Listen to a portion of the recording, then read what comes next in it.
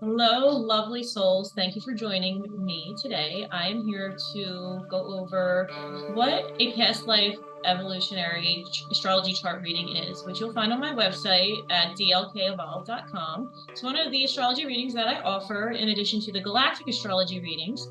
As an astrologer, I'm really interested in what kind of karma from our past lives, whether Earth or galactic, is still holding us back. So, in order to really feel the energy of this reading, you do have to have some belief in reincarnation and that the lives before this lifetime are a story of your soul's growth and evolution. And the idea that with each lifetime, we are evolving and growing to become the best version of ourselves. So that's the first premise. The second is that the birth chart is a snapshot of that energy or that karma that we are carrying, whether it's the good karma or the not so good karma. It's all, to me, for growth, whether you think it's good or bad. I wouldn't really label it that.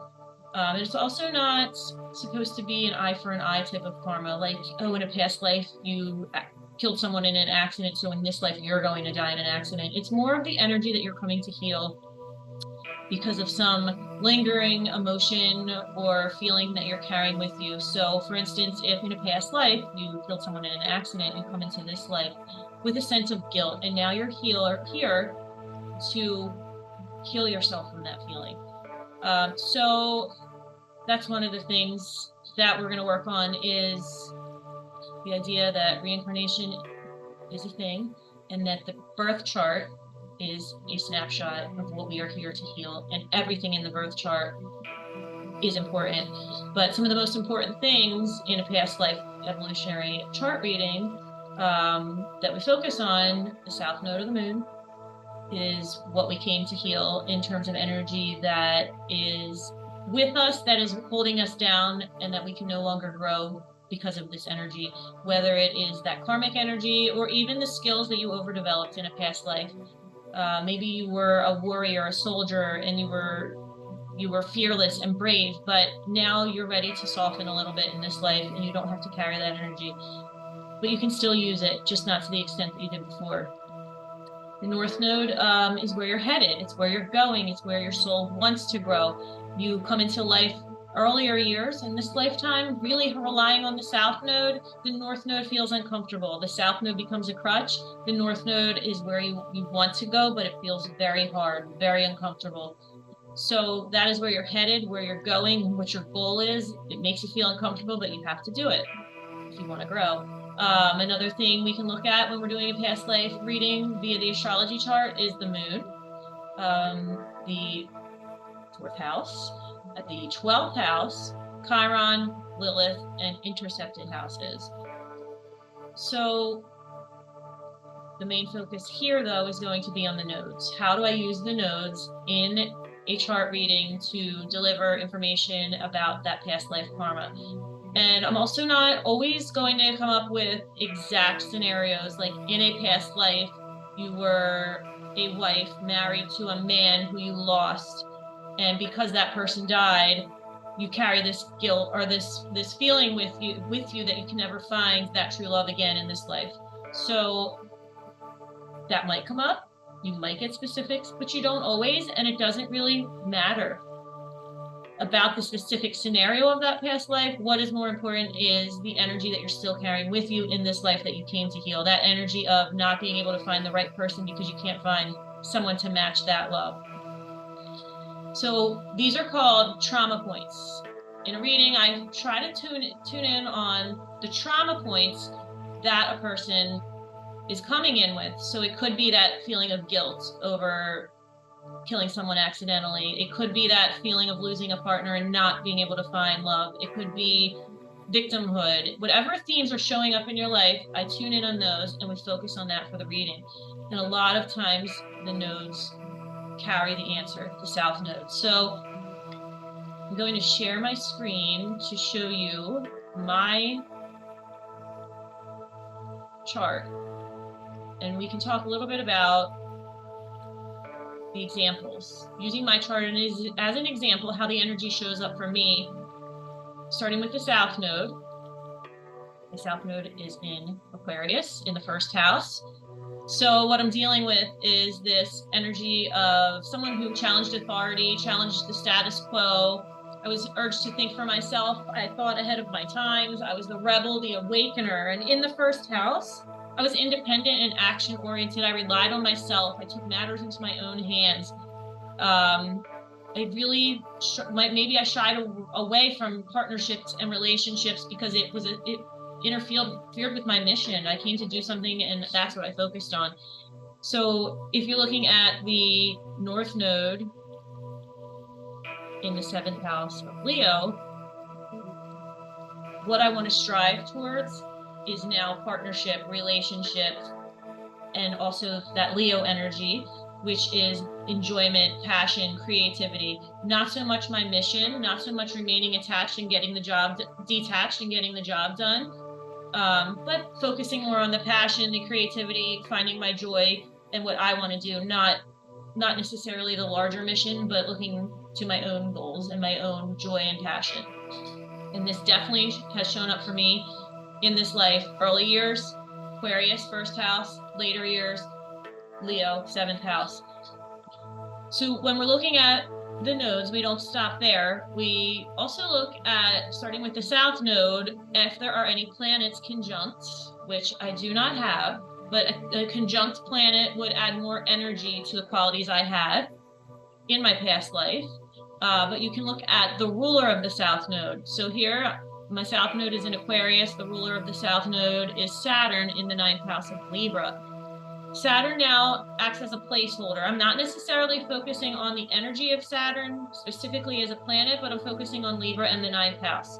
So Libra, someone who is respectful, tactful, skilled in the art of getting along with others, or still involved in important partnerships for a reason, specifically that 9th house reason. It could be related to the religious institution, or I was some kind of someone who traveled, because the 9th house also signifies traveling, or I was a highly educated person. 9th house is also the house of higher education. So I could have had higher spiritual ideals or beliefs that were holding me into this position where I had to feel like I had to be respectful or tactful, or somehow my real true identity was hidden behind these walls of appropriateness or partnership. So after that, we look at planets in opposition or hard aspects, like a square or opposition to the South Node. So I don't have anything opposing the South Node other than the North Node, which it will always do, but I do have squaring both nodes, my IC and my MC. And when the IC or MC squares the nodes, it usually means that there was an internal dilemma between your outer world and your inner world, or your family life, who you were on the inside versus who you were publicly. And since we already went over my 1st house Aquarius stuff, we already know that I probably chose my career and my mission over my family life. So in that past life, I have the square with the South Node, but I also have the square to the North Node. So I'm still squaring the North Node where I'm meant to go. How am I feeling where I'm meant to go? It means I'm meant to balance it this time. I'm not focusing so much on career. I'm focusing on my partnerships and family life as well. So there is a balance. The square means I'm trying to get it right this time. Planets in soft aspect to the nodes. And when I say soft aspect, I mean trine or sextile for the sake of this video.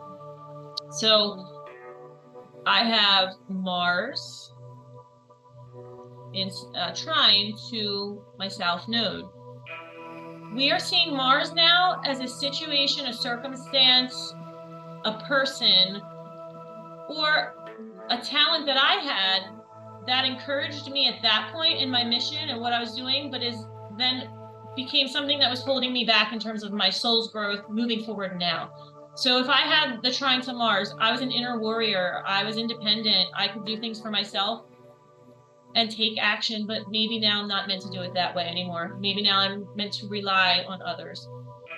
and soften a little bit that Martian energy. We also have a trine to Jupiter. Again, as a person, circumstance, or trait that I carried, maybe I was very self-confident, or I lived large in some sense. And living large could have been financially, materialistically, but it could have just been spiritually, and the ideals that I held. Being in the ninth house, this is the house of higher education and status, spiritual status. So that point, that was good for me then. But now, how am I going to use this and also learn to not rely on it so much anymore moving forward? Additionally, you will see a trine to Saturn, which I already circled. But Saturn, this represents a person, circumstance, or trait that made me feel comfortable, restricted me somehow, put me within limits. The limits were placed on me. Ninth house again, spiritual, religious, higher education, higher status. However, it held me back in some way, and I'm meant to break free from that. Also, the sextile to Uranus. There was an attachment, even with all my restrictions. I still had an attachment to freedom, or a wild side, flying solo, or being the revolutionary and having different ways of thinking. That was good then. It helped me then, but how can I be different now in terms of how I'm moving forward? So we reflect back on the energy of the North Node and where we're moving in terms of the healing that is needed. So stepping more into that Leo energy and the seventh house energy, the house of partnerships, perhaps depending on another to support me in my mission, and getting along and working with others. And everything that I do now, it's about my mission, which is Leo, and my passion and creativity and joy, but it's also about that partnership. So I hope this video explained a little bit about what you will get from a reading if you decide to schedule a past life evolutionary chart reading. And remember, this can be your Earth past life history or your galactic. And a lot of times your galactic karma carries over into the Earth karma and what is repeating in your Earth lives. Not always, but it can. So the readings do tie together, but this reading does not tell you specifically galactic origins or past lives. It just focuses on the karma that you still have to heal and where your soul's heading for growth in this life.